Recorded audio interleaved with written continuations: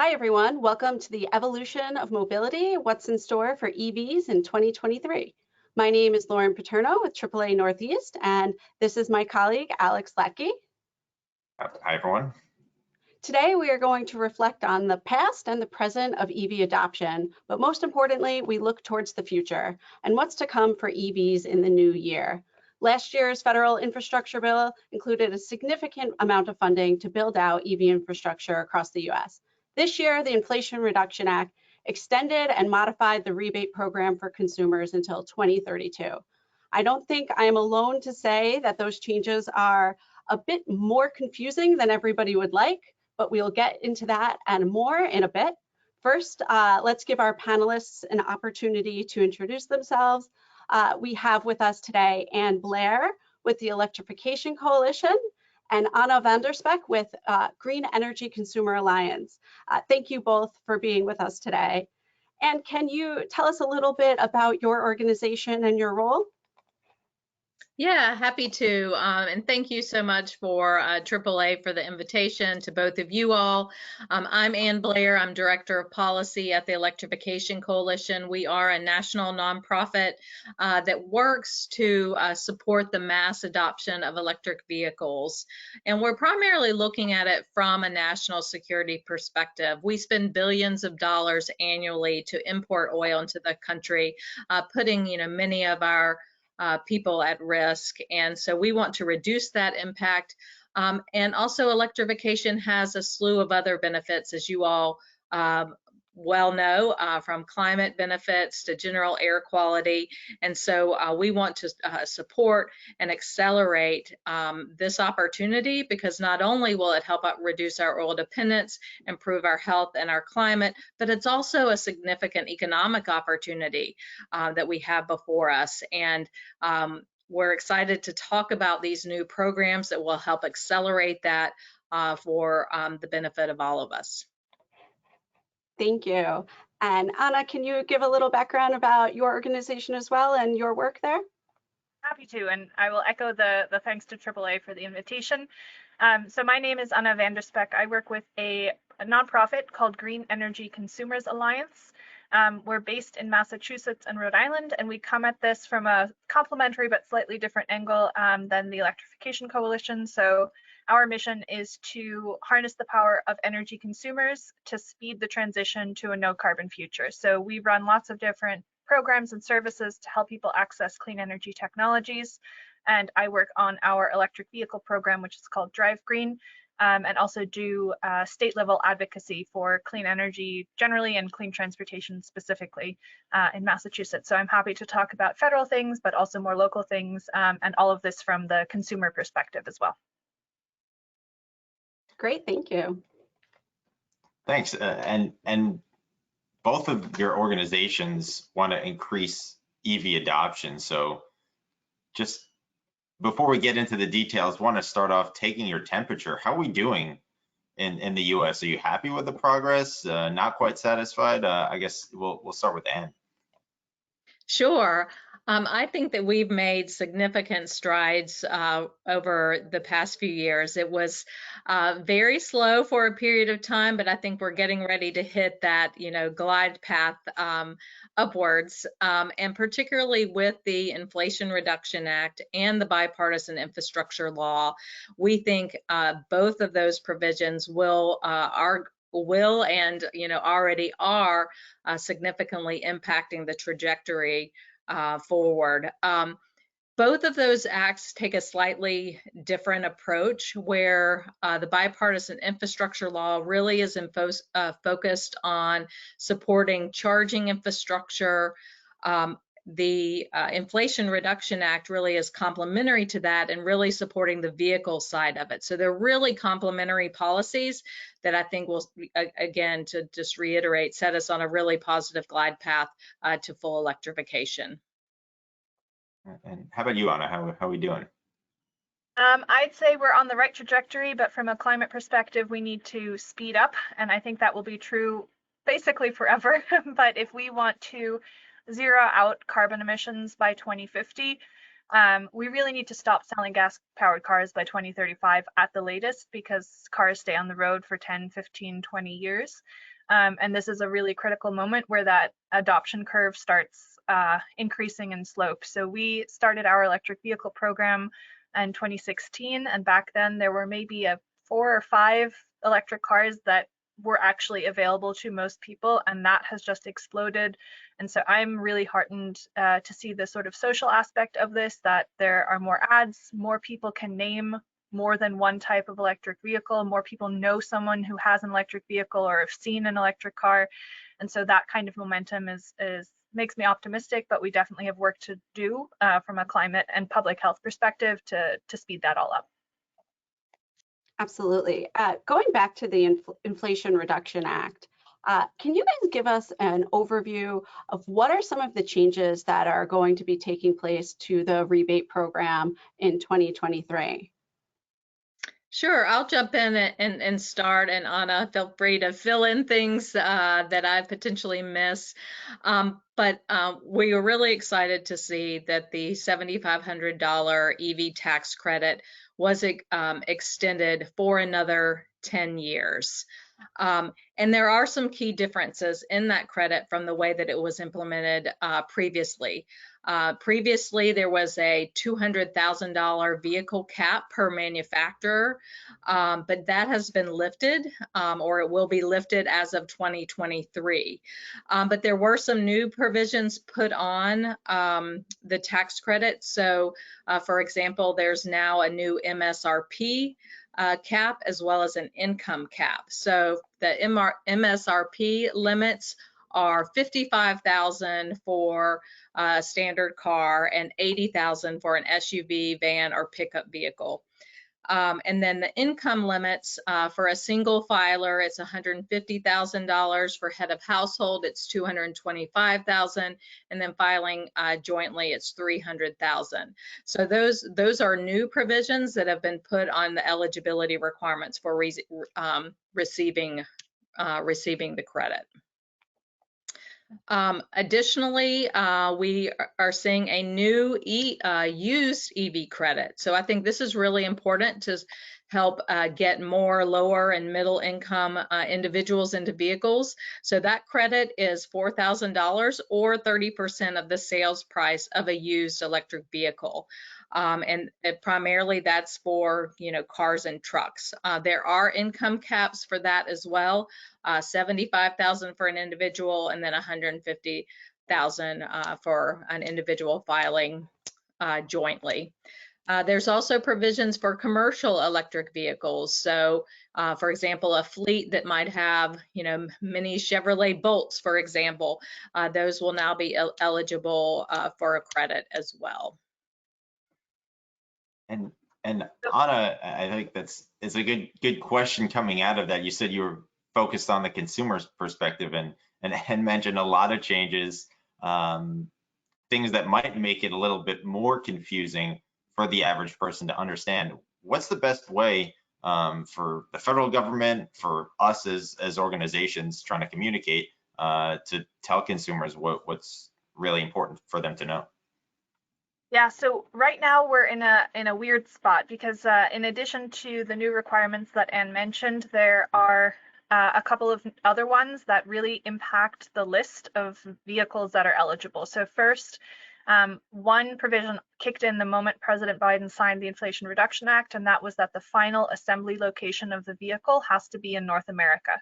So already on August 16th, that kicked a bunch of vehicles off the list that had previously been eligible.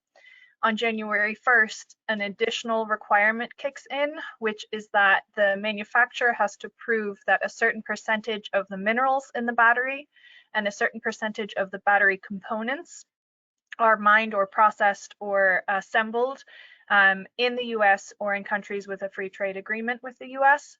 And that is a particularly complicated piece. The bad news is that it's complicated and we don't yet know which vehicles will be eligible for that piece on January 1st. The good news is that once we figure it out, there will just be a list and that will be clear for consumers to go check, is the car that I'm looking for eligible for this federal tax credit or not? And once that list is published, which am anticipating at the beginning of 2023, this period of confusion for consumers will be over.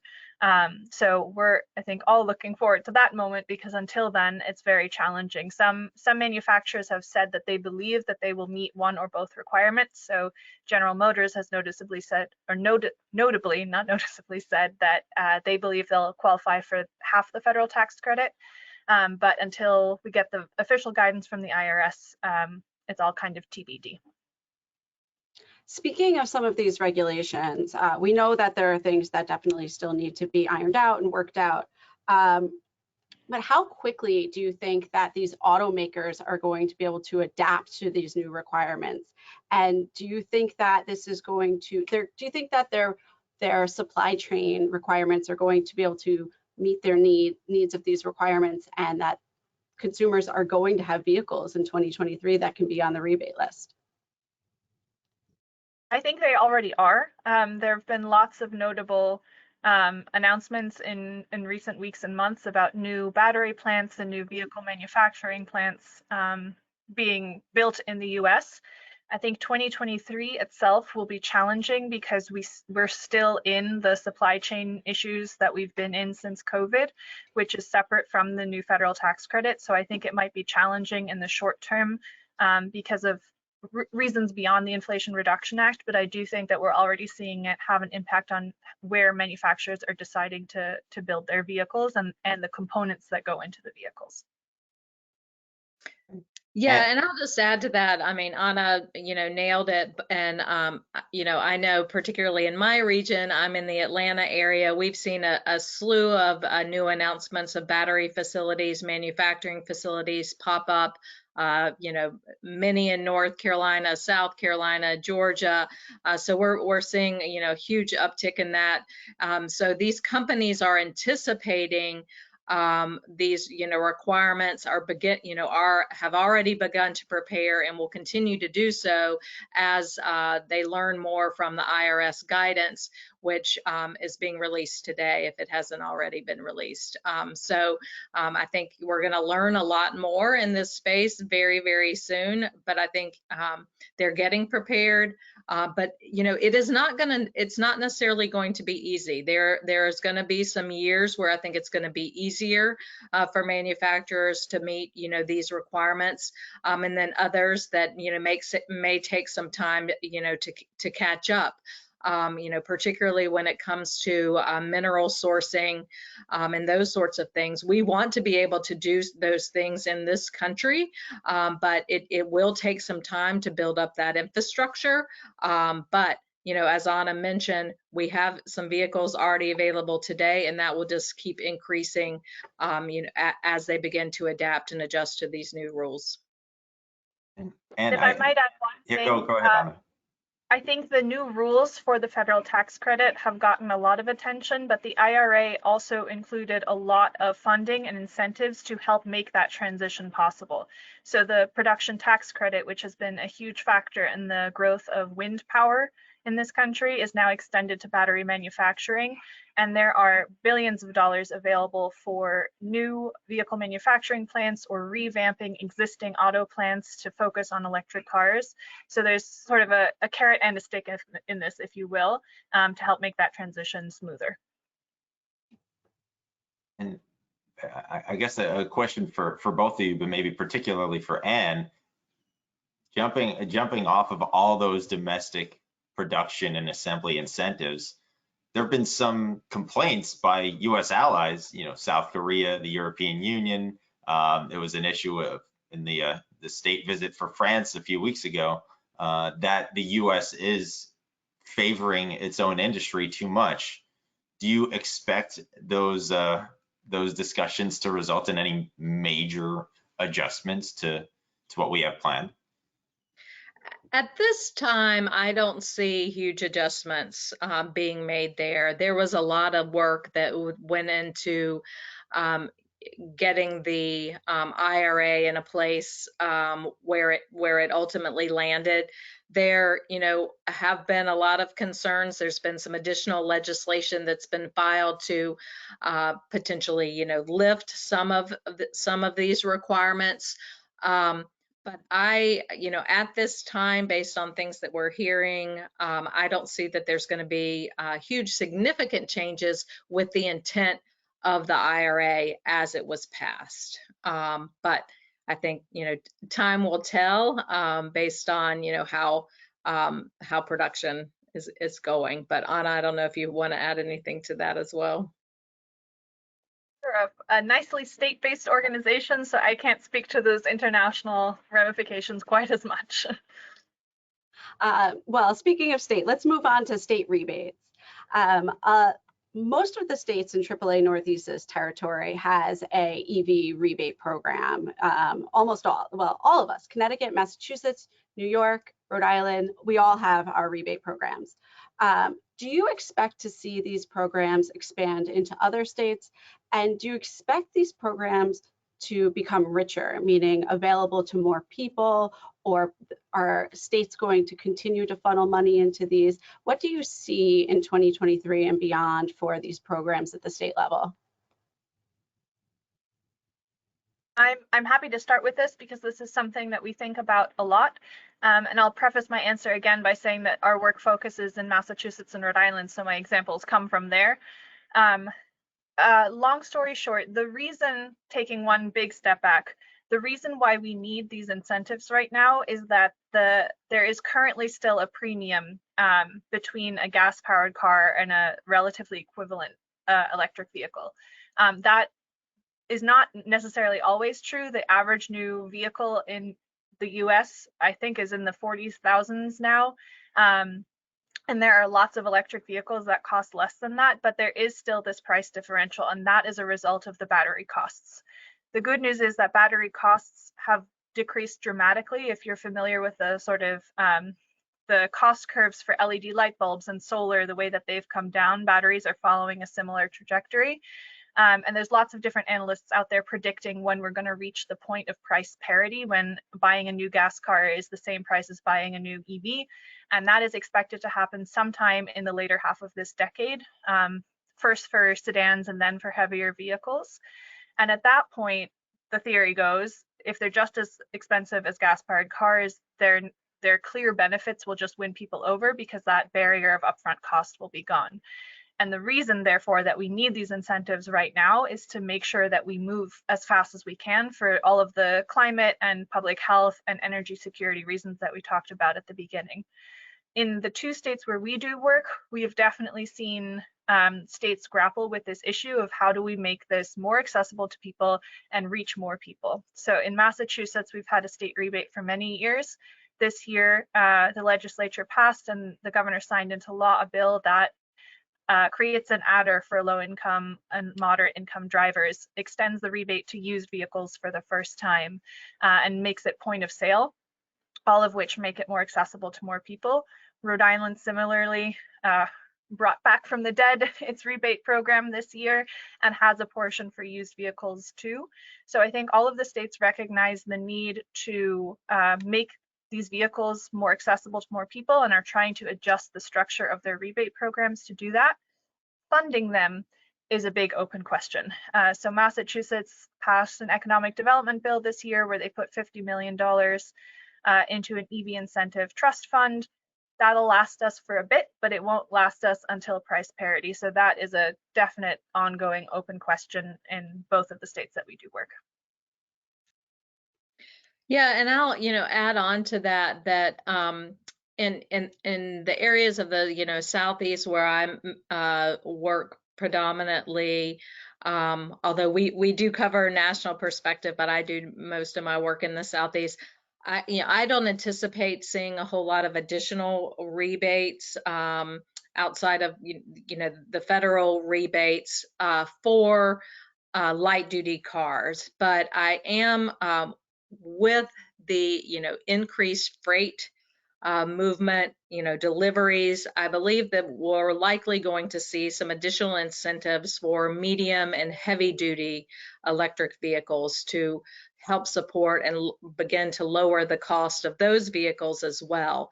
So that's, everything from your delivery van to your, heavy duty tractor trailer truck, things that are moving our goods across the country. So I think we're going to begin to see more movement in that space, as well as additional support for charging infrastructure.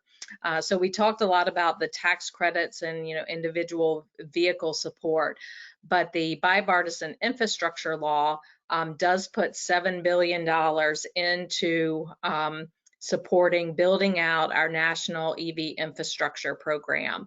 And so that's making sure that there's charging infrastructure along all our major corridors.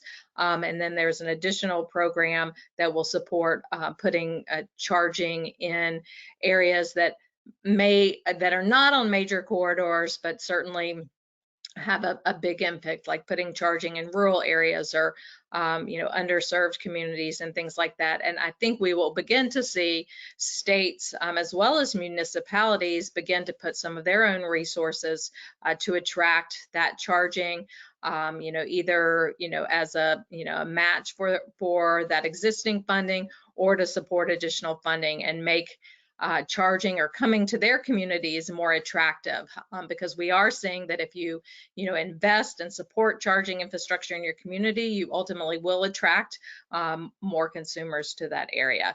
I know, anecdotally, whenever I pull into, for example, an Electrify America charging spot, I'm usually dropping about $100 in Walmart or Target or wherever I happen to be. So, there's a lot of economic incentive for communities to also support it. And I want to, build off something that Anna actually said about trying to make sure these programs are accessible to everyone. Because one of the historic criticisms of these rebate programs, and maybe it's not so historic, maybe it's still current, is that the benefits mainly flow to wealthy people buying luxury cars, and there's lots of policies to try to address that: the MSRP caps, income caps, used EV rebates, additional incentives for low-income drivers, like you said, point of sale rebates. But we know we can't just set it and forget it when it comes to actually achieving penetration among all income classes. So, in your opinion, what is the best way to make sure that these EV rebate programs truly do advance equity? That's a big question. So, and this is a big question that we grapple with all the time, because it is not an easy one to answer. And the primary thing that makes that really hard is that we're operating within a market and we're waiting for the prices to come down. And that is outside of our control as a state-based nonprofit. For sure, that manufacturers just are selling these, many of them, not all of them, but many of them at a price point that is higher than a lot of people can afford. And we simply haven't sold enough new EVs yet for there to be a robust used car market.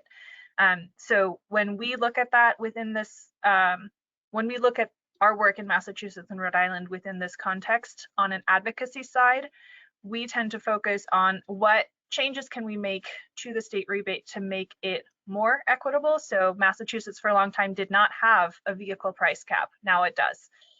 It didn't have an adder. It didn't have a used car rebate. Those are all steps in the right direction. But what we try and do as an organization is say, okay, the goal here is clean transportation, period.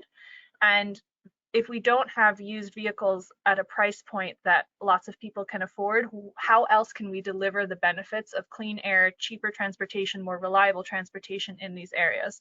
So on our advocacy footprint is sort of wider than just personal vehicles.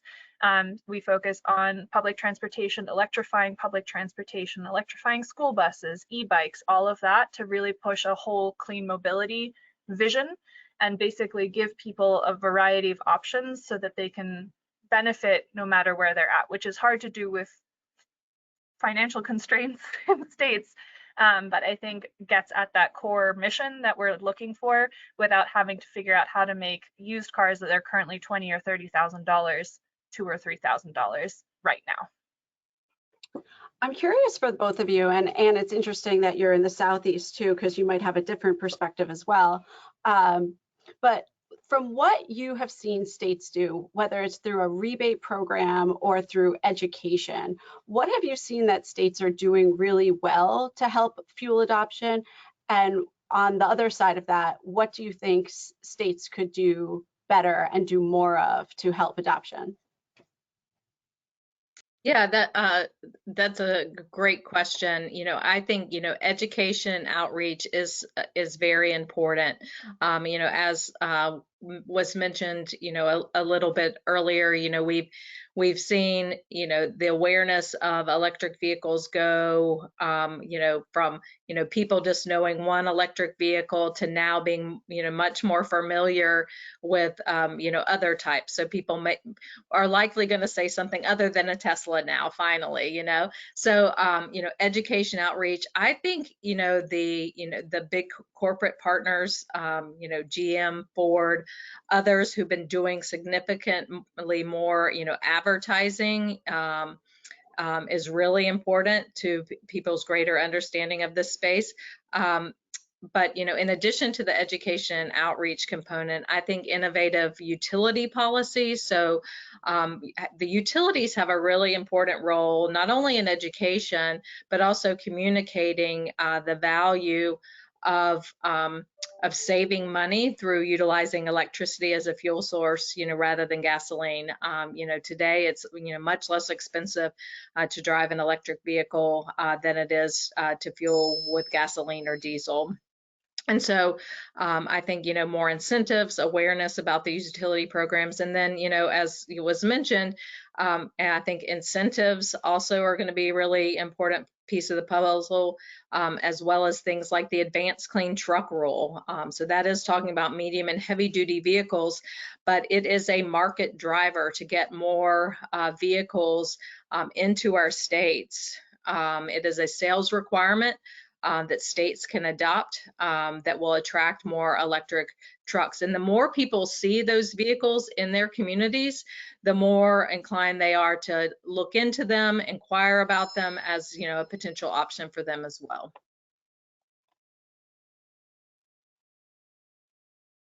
And Anna, I guess same question for you. What are states doing well? What are they doing not so well, or what could they be doing better?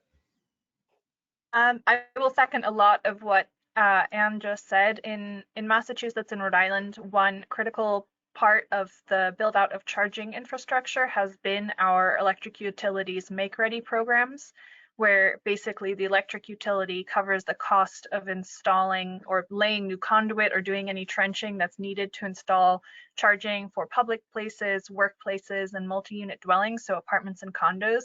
That's been really critical, and that's something that we really need to keep pushing on. The one thing that I want to sort of add to what Anne said is the corollary for the Advanced Clean Trucks rule is the Advanced Clean Cars 2 standards that are coming out of California, that basically set a timeline for manufacturers of, in this year, this % of the vehicles that you sell have to be electric, and the year after that it has to be higher, and it gets us to 100% by 2035. Which, as I mentioned at the outset, is sort of the deadline by which we really can't be selling new gas-powered cars if we want to be at net zero by 2050. And states can adopt those standards out of California, which is really important. So Massachusetts is already on the way. Rhode Island is sort of one step behind. But often when you talk to state government about clean transportation and the car market, often we hear we're so small, we can't really move a national market. But these standards coming out of California, like ACT and ACC, are really crucial because a smaller state can glom on to the huge market that is California and really have an outsized impact that way and send a really clear message to manufacturers that we're creating a market for you, so you need to deliver. And so that is one step that states can take right now, is to adopt those standards, which is really crucial and powerful at this point. And I want to just add on, a little bit to that, in addition to the benefits that Anna mentioned of those programs, it's also bringing more choices of vehicles to those areas. So, for example, many of our states in the Southeast, we have not adopted these rules. And so our vehicle choices are much more limited than the available vehicles, for example, in the Northeast, where they have, adopted some of the ACC 2 rules, or, ACT. So I think, I just want to bring up that point. It provides more choice for consumers as well. You both mentioned the role that utilities play in advancing adoption. So I think it's a good segue to talk about charging. Now we know the infrastructure bill really invested heavily into expanding EV charging networks and infrastructure across the US, and we'll continue to see that over the next 5 years or so. But now it's been about a year. How do you both think that progress is going? And do you think it's going well? Or I'm curious your thoughts. Well, one of the key things of the bipartisan infrastructure law that is really important, and we are still waiting on, is guidance on the standards for that charging infrastructure. We had hoped to see that guidance from the Joint Office for Energy and Transportation this fall. We are still waiting on that. And so that has held up some of the state implementation of the money. Each state had to submit their own national EV infrastructure plan, so their NEVI plans of how they will begin to roll out that money. Most of them have, issued some sort of request for information or request for proposals to begin implementing their plans. But those who would essentially, apply for that, some of the charging companies or utilities are waiting on this guidance to help, inform them to roll out these plans. So each state, all 50 states, did successfully file their plans, and they have all now been approved, and all of that was very much on track. But now we really need to see that guidance in order for them to begin to spend the money and roll out implementation of each of their programs. So things have been going well, but I think we're at a point where we need to see some additional actions from states because folks are eager to begin filling in their corridors with charging infrastructure. There is a lot of prep work that I think many of the states are doing. For example, meeting with utilities, looking at where is going to be most optimal to put charging infrastructure, but really are dependent on what those final standards are going to say. Speaking of all of that. Thanks, Anna. And speaking of the utilities, I mean, I feel like we see reports come out, seems like on a weekly basis now, about the need for certain levels of investment in the electric grid, or heavy duty trucks are going to take up this much additional electric power, or we need to invest more in off-peak charging. And so it feels like there's so much information coming out about it. And just want to hear from the perspective of both of you. Is there a need for investments in the electric grid to prepare for EVs, and to what extent are they happening?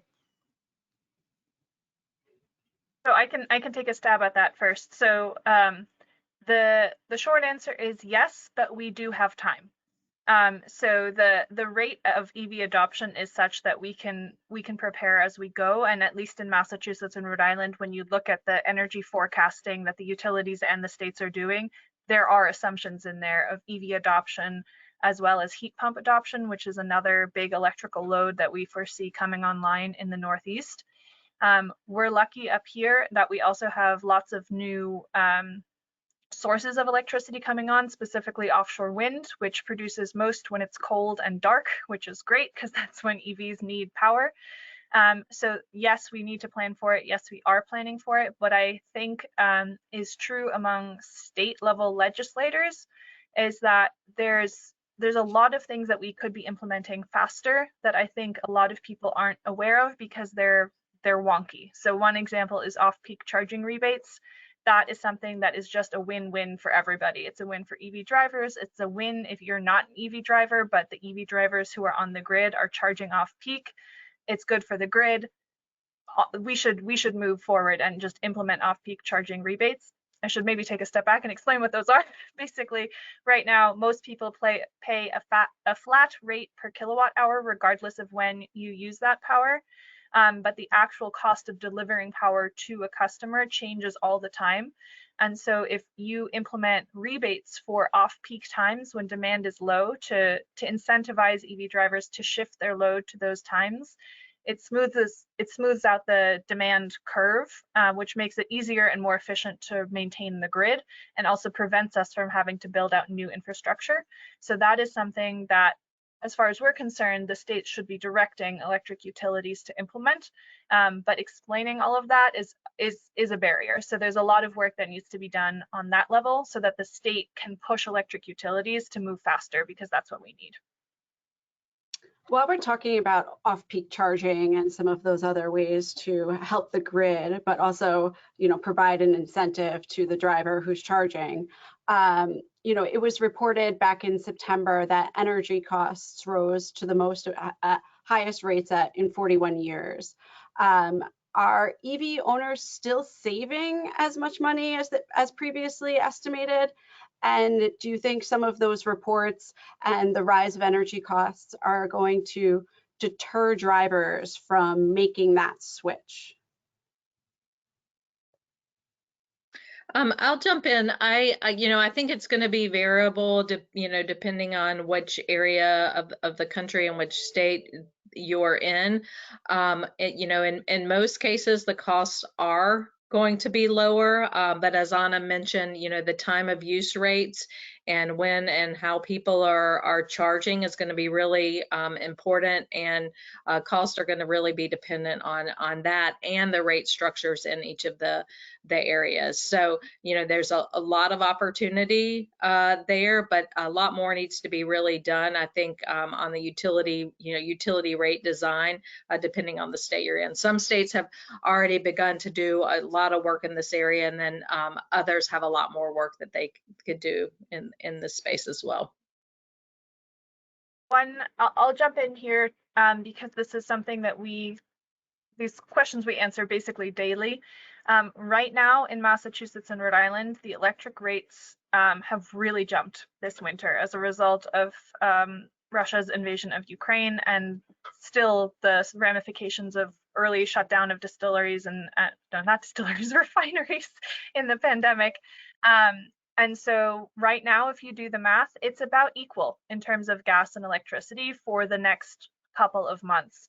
But what we stress to consumers, because we don't want to lie and say that it's significantly cheaper right now, because it isn't. However, historically, electricity prices have been a lot stabler than gas prices. They're regulated so that someone's making sure that you're not being gouged unnecessarily. And then there are such clear savings on the maintenance side that it's still a win in terms of total cost of ownership, because Consumer Reports has found, for example, that over the lifetime of the car, EVs have about half the maintenance and repair costs as gas-powered cars do. So in terms of financial benefits to the driver, the EV is still a win. We're just in a really weird spot right now with fuel costs, and we'll see what it looks like in the spring. One issue that has come up often related to EV charging is frustration with inoperable chargers. And I know that's been an issue in many places, and surveys have found that that's a common frustration. What can we do at the state level, local level, even federal level to improve the current charging infrastructure and better prepare future networks to address that problem? Anna, you're going to take this first. Sure. Yeah, happy to. So one of the things that, I'll just highlight again that I mentioned earlier, and that's the standards that the National EV Infrastructure Program will lay out. It does have some uptime requirements as a part of it, but like I said, we don't know what those final requirements are yet, but it's, our hope that will begin to help set a new standard of operation and maintenance for charging stations in general, and that ultimately will be adopted across the board. Not only those stations that are funded through that program, but all of them. And I also think it's important that we hold those companies accountable who are deploying charging infrastructure, whether that's the utility or a private, company, is holding them accountable, making sure, and consumers have an important role in this too, is notifying those companies when a charging station is down, because oftentimes they may not know exactly what's happening. Yes, most of them are networked, and you can begin to see, or you can see whether it's up or not, but there's a whole host of different issues that can happen at a charging station, whether that's a software issue or a hardware issue. And so it's important that consumers also communicate with those companies about the functionality of the stations. But it is, again, just to repeat, our hope that these standards will begin to hold some additional accountability there.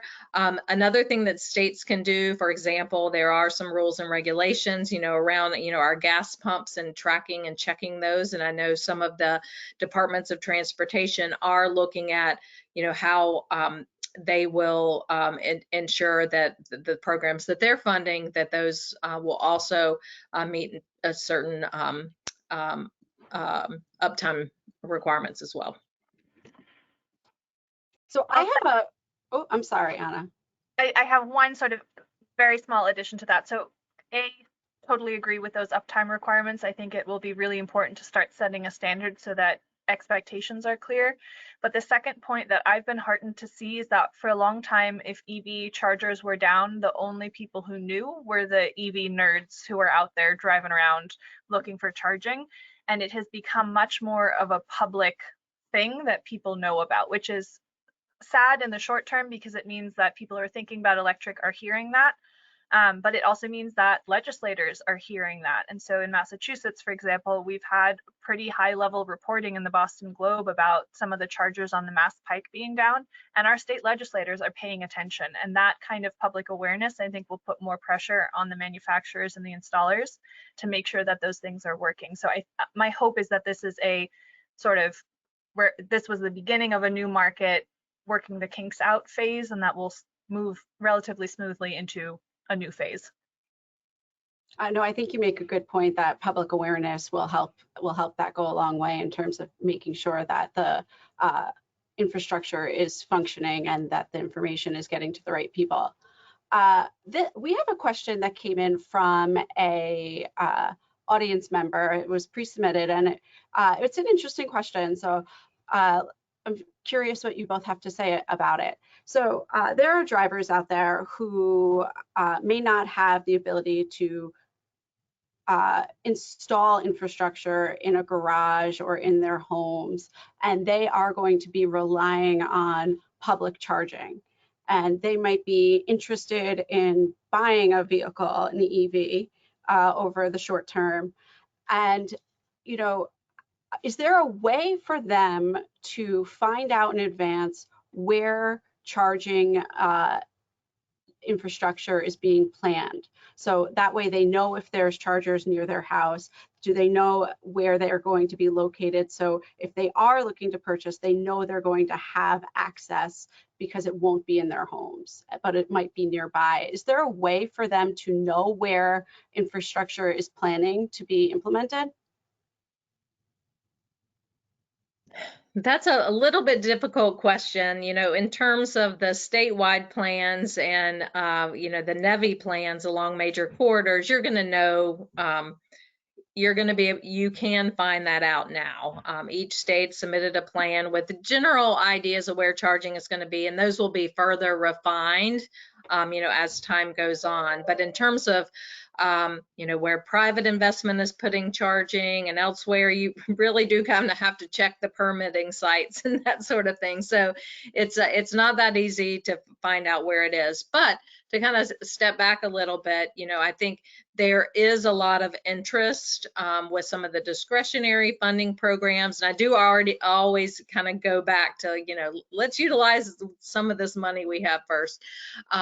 To support multi-unit, dwelling charging. There are some programs that are going to be focused on helping support that. I mean, it is going to be very important to support, because we're going to see widespread adoption, there's a huge amount of property that is multi-unit dwelling, doesn't have a carport, doesn't have a garage. And so I think there's a huge opportunity for more level 1 charging in more locations where, you're just using your a 120 outlet, along streets and, things like that.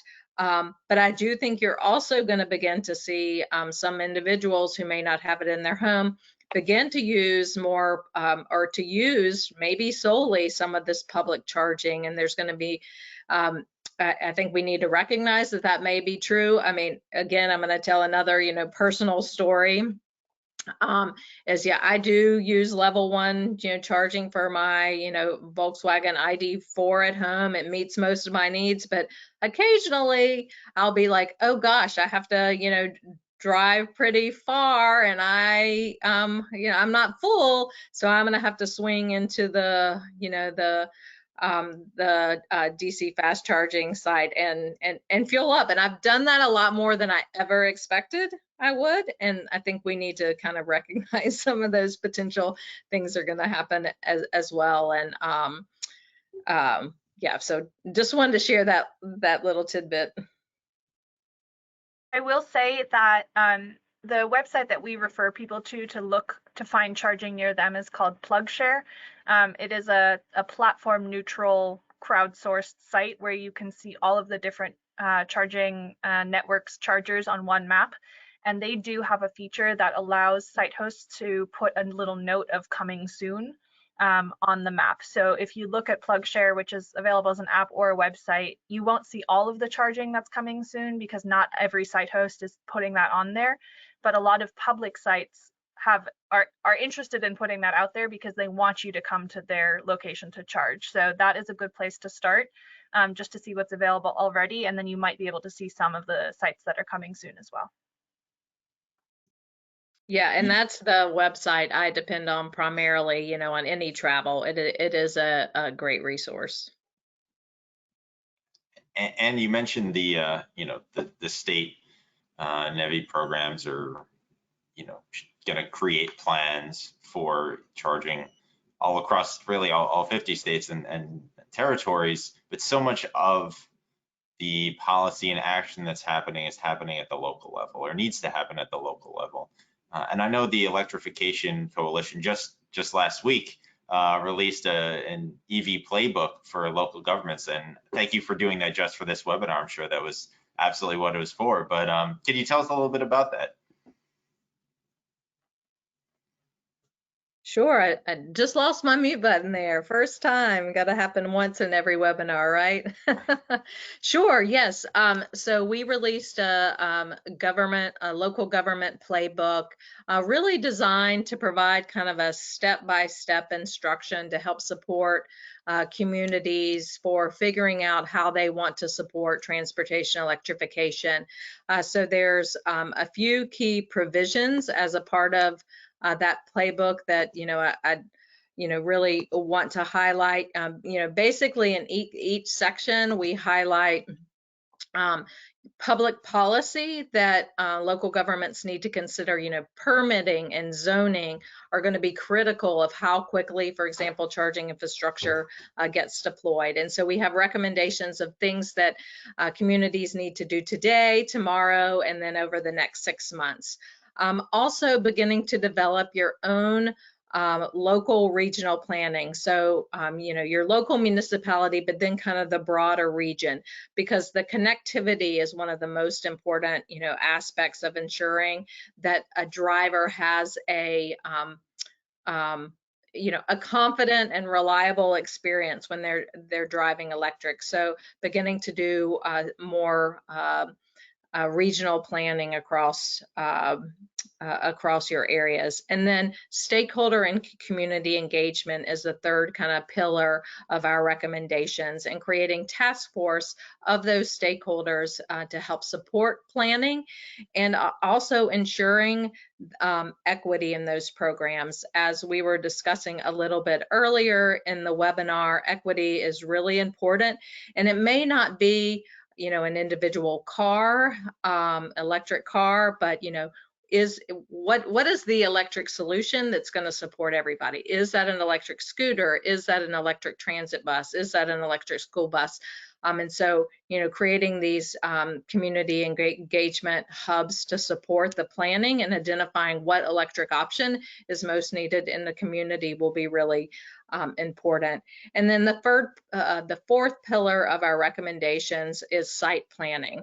And that includes engaging early and often with your utility, working, with your local government permitting folks, and identifying some, early sites that are,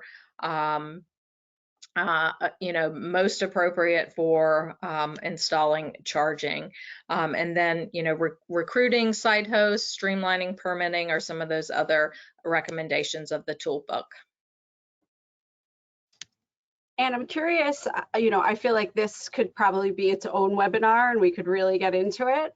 But I'm curious for, local municipal officials and local transportation planners who are on the call listening today, I guess, what is your best advice for them as they are like starting an early portion of their journey towards electrification in their community? I think it's community and engagement, and speaking with your utility and developing those local and regional plans in your community. Planning and assessments and planning are going to be really important to start, and you need all those stakeholders engaged to ensure that you have a successful program. And is there any particular policies that they should really start to focus in on to start changing now and try to build up the momentum towards? Yeah, for the local partners, it's streamlining permitting and zoning processes, because that can also be one of the largest kind of hiccups in deploying charging infrastructure in particular. So I think first assessing what your requirements are, talking with charging companies, as well as those stakeholders that are interested in adopting electric vehicles. So whether that's your school district or your own local government fleet, identifying what the permitting process is, and then streamlining that to ensure that there is a clear path forward, an easy and clear path forward for making those things happen. And question for both of you, and you mentioned stakeholders, and some of the stakeholders that you want to engage are going to be fairly obvious: utilities, town planners. If you're a local government, maybe you're metropolitan planning organization, and if you're an MPO, you want to talk to the local governments. But there's some stakeholders that maybe people might not be thinking about when they think about getting an EV plan together that would really be helpful to talk to. I think, other stakeholders are those potential site hosts. So whether that's, your local fast food restaurant, multi-unit, dwelling developers, people who are looking at developing new land and or are responsible for, existing properties. Those are other potential partners. And then, of course, I think we said community members, but that can be anyone. But individuals who are going to be impacted by where you're putting that charging station, for example. So there may be an area and traffic may increase in that area. So talking to the local community members about that early and often, I think is critically important. I have a quick response to that, which is less about the charging planning, but more if a municipality or sort of any level of government is thinking about the transition more broadly. People who already drive electric are a huge asset. They overwhelmingly, when we talk to them, they are excited about their cars. They want to tell other people about their cars. They'll come out to an event and open the trunk and let your kid honk the horn. There's so much enthusiasm there and understanding and like a will and a readiness to explain things that I think, whether it's sort of a town task force or a regional group, there's lots of people out there that can help do some of the explaining and the person-to-person work, which I think is just a really valuable and human element of this whole thing that is good to remember. That's a great point. And just to take that a little, farther, there are, EV car owner groups for just about every, vehicle out there now. So those are the exact people that Anna was mentioning to engage. So, maybe that's something that AAA could do, is highlight some of those car owner groups for folks to get connected to or something like that.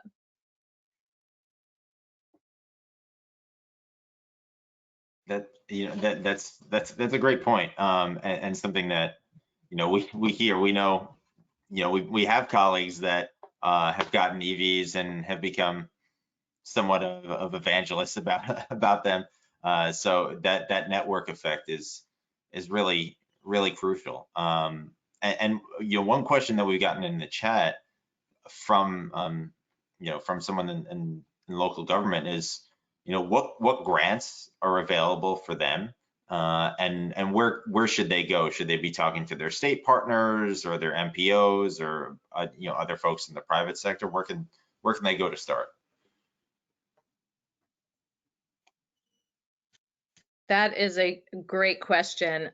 We are developing a new tool that actually will lay out a lot of these funding programs and help you identify which programs can be stacked with others. So, there are a lot of different federal programs. We mentioned a lot of them here today, but there's a whole host of other ones that can complement this existing funding. So, for example, there's the new Clean Heavy Duty program that can help support a transition of, your typical heavy duty diesel vehicles to electric. Also the Diesel Emissions Reduction Act program. The Joint Office for Energy and Transportation that was formed as a part of the bipartisan infrastructure law, they've also begun pulling all of the resources in each of the laws together as well, and have a few guides on their website. And so I would check out driveelectric.gov, and they have some resources, and I'm certainly happy once we have our tool out that allow you to figure out how which things can be stacked together. You can visit electrificationcoalition.org. And in the meantime, and your report for local governments, the playbook is available on your website as well. Correct. Thanks for sharing that.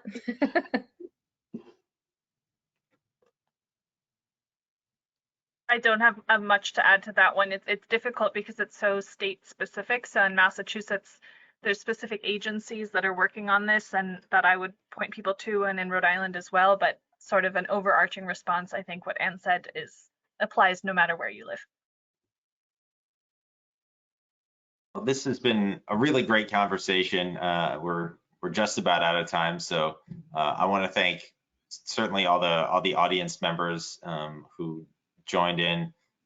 We hope we were able to answer most of your questions, and if we didn't get to your question, I apologize. Feel free to reach out to me, and I'll try to follow up and connect you to the resources you need. And in the meantime, you heard both great organizations, Electrification Coalition and Green Energy Consumers Alliance. If you go to their websites, they've got just a host of great information for consumers, for local officials. So really highly recommend those sites. And of course, thank you to Anne and Anna for joining us and providing us with your great insight. And it's certainly timely, as the IRS is releasing guidance, and the Electrification Coalition is coming out with new reports, and we're looking ahead to next year to see what the future holds, and we're excited about it.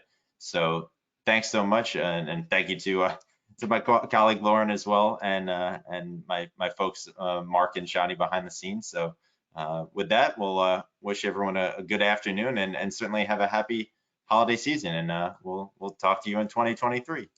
Take care, everyone. Thank you. Take care. Bye-bye.